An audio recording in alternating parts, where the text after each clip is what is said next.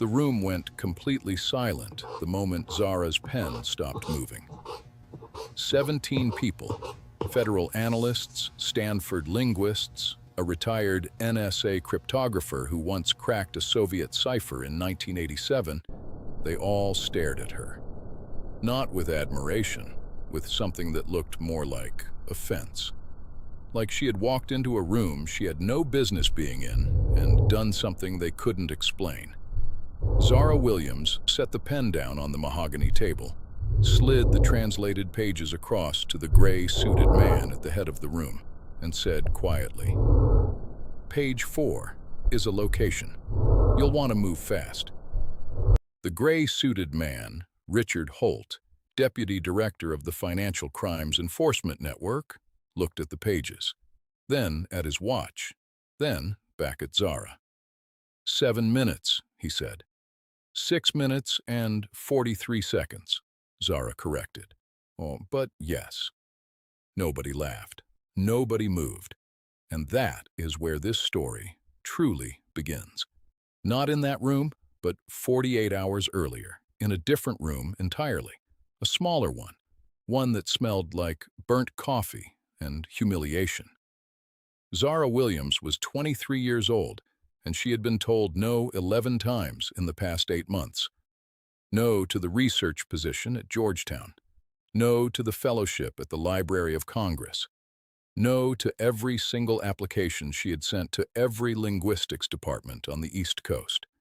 The rejections were always polite, always the same. We had an exceptional pool of candidates this cycle. What they never said, what Zara had learned to read between the lines of every single one was, "We don't see you fitting in here." She was sitting in the break room of the National Archives building, where she worked as a document cataloger, which was a sophisticated way of saying she filed old papers for $11 above minimum wage. When her supervisor, a thin man named Gerald, leaned into the door and said, "Someone's here for you." Zara looked up. "For me?" Apparently. Gerald looked deeply inconvenienced by this fact. The man waiting in the hallway wore a suit that cost more than Zara's monthly rent. He introduced himself as Marcus Webb, senior counsel for the estate of the late Elliot Voss. The name hit Zara like cold water. Everyone knew Elliot Voss. Tech billionaire, recluse, dead at 61 from a heart attack 3 weeks ago, leaving behind no will, no heirs, and according to every news outlet on the planet, to 7 notebooks filled with writing that no one could read. "We've had 4 teams working on those notebooks for 18 days, Marcus said, keeping his voice low. "Linguists, cryptographers, 2 AI decryption platforms. Nothing." Zara stared at him. "Why are you telling me this?" "Because of your thesis." She blinked. Her graduate thesis. The one that got her rejected from 4 PhD programs because the committee said the subject matter was too niche, too obscure, too unlikely to contribute meaningfully to the field. She had written 110 pages on dying Creole dialects of the American Gulf Coast. Specifically, a near-extinct blend of French Creole, Haitian patois, and a private trade language developed by a small community of free black merchants in 1840s Louisiana. A language spoken today by fewer than 60 people in the world, most of them over 80 years old, most of them her grandmother's friends. Elliot Voss, Marcus said carefully, spent 3 years in that region as a young man, before the money, before everything. Zara felt something move in her chest. She didn't say a word. "We think the notebooks are written in something he constructed himself, built from dialects he absorbed during those years. Our experts can see fragments of French, fragments of something older. But the structure, the grammar, the syntax, nothing they have maps to it." He paused. "Your thesis does." Zara was quiet for a long moment. Then she said, "You came to me last." Marcus had the decency to look uncomfortable. "There were other avenues. 18 days, she said. 4 teams. And you came to me last." She wasn't asking. She was naming it. She wanted him to hear it named. "Yes," he said simply. She picked up her bag. "Send me the notebooks." She didn't sleep that night. The scans arrived at 9 p.m., and Zara spread them across her kitchen table, pushed her cold rice to the side, and just looked at them.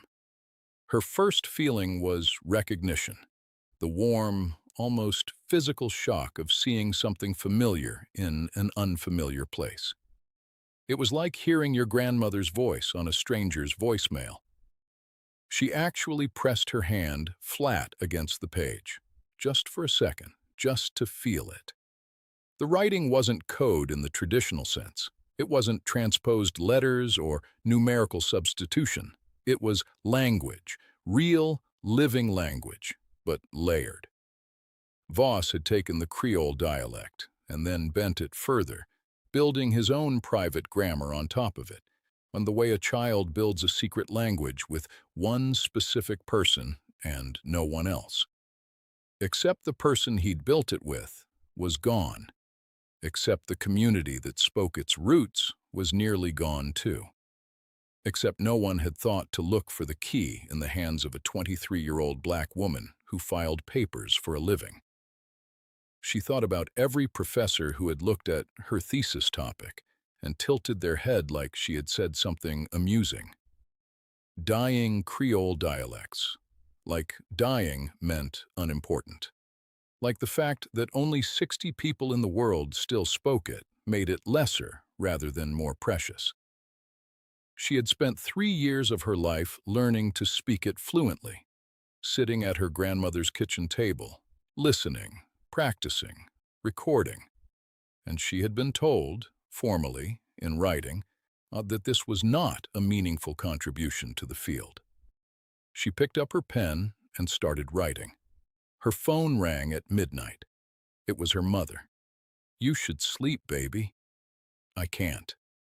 "What does it say?" Zara traced a line with her finger. "I don't know yet.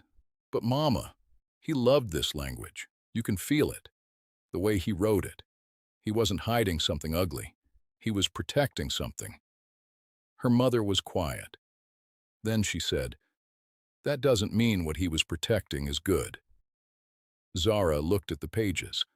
"No," she said, "it doesn't." She went back to work. By 6 a.m., she had translated 40% of the first notebook. By 8 a.m., she had the structure fully mapped. The grammar was consistent, the vocabulary finite. Once she cracked his private modifications to the base dialect, the rest cascaded open like a lock, whose combination you've always known, but never tried. She called Marcus at 8:47 a.m. "I need to see the physical notebooks," she said, "and I need to be in a room with whoever is leading the investigation." Silence. Then, "The investigation is federal, Ms. Williams.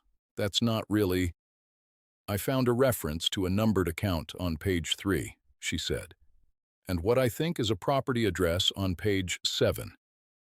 Do you want me to keep going, or do you want me to come in?" She was in a black SUV 20 minutes later. The federal building conference room was cold and aggressively lit. Richard Holt was already there when she arrived, along with 2 analysts whose names she wasn't given, and a linguistics professor from Johns Hopkins named Dr. By Carl Eisen, who looked at Zara the way people look at a child who has wandered into an adult conversation. "This is the cataloger," Eisen said, not to Zara, to Marcus. "This is Zara Williams," Marcus said. "I've been working this material for 2 weeks," Eisen said. He had a neat gray beard and the particular confidence of someone who has never once been told his expertise was irrelevant. "I'd love to understand what framework you're applying, because I've run it through every known... It's not a known dialect, Zara said. She sat down and opened her notes. It's built on a trade creole from 1840s Louisiana, private merchant community. There are fewer than 60 fluent speakers left. It's not in any linguistic database because nobody thought it was worth putting there. Eisen opened his mouth. I wrote my thesis on it, she said. She wasn't unkind, but she was done being interrupted. Can we start? For the next 40 minutes, she walked the room through her framework, the base dialect, Voss's modifications, the consistent patterns she'd identified. Twice, Holt leaned forward. Once, one of the unnamed analysts started typing very fast. Eisen said nothing, but she noticed he had stopped looking at her like a child and started looking at her like a person he had deeply, catastrophically underestimated. Halfway through, he interrupted her. Wait, Eisen said. Go back. The verb inversion you're describing on page 2, you're saying that's not an encryption pattern. That's a grammatical feature of the source dialect. Yes, Zara said. We flagged that as the core encryption mechanic. We built an entire decryption model around it. I know. I read your team's report on the way here. She held his gaze. It's not an encryption mechanic. It's just how the language works. You were trying to break a code that was never a code. It was a conversation. Eisen sat back in his chair slowly.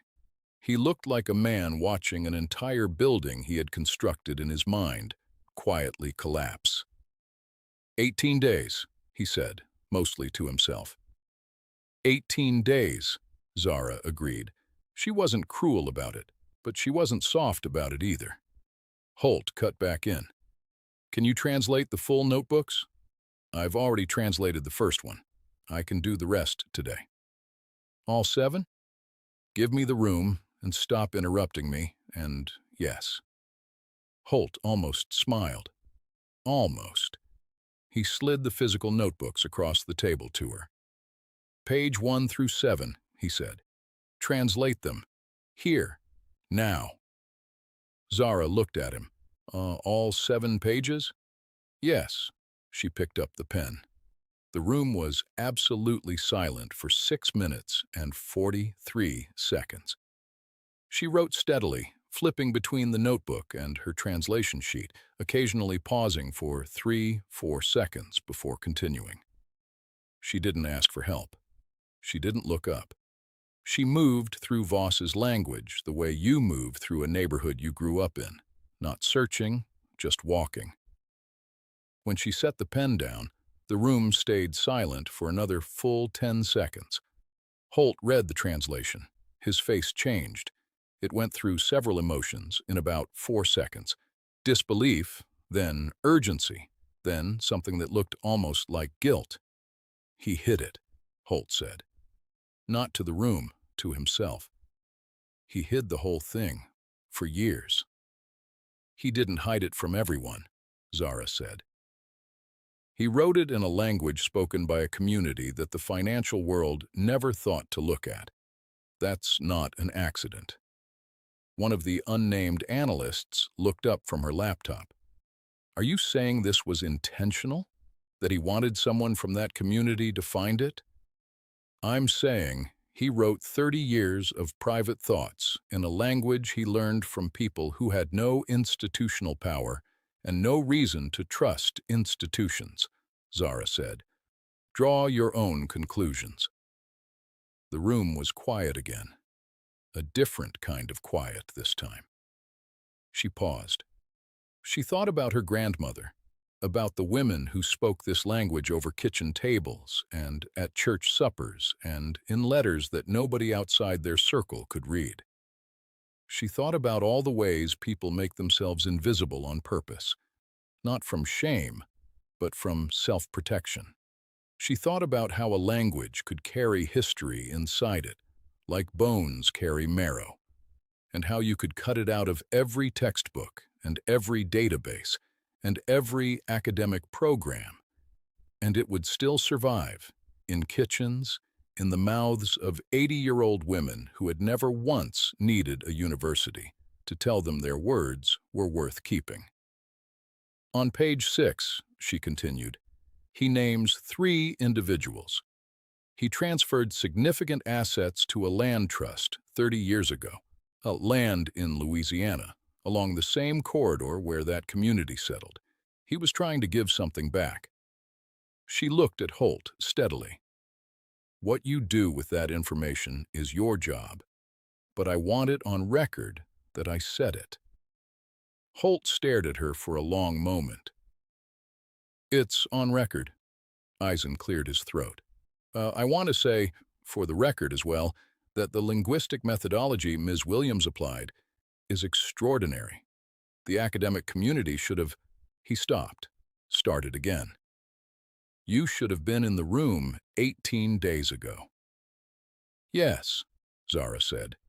I should have. Nobody argued with that. The story broke 3 days later.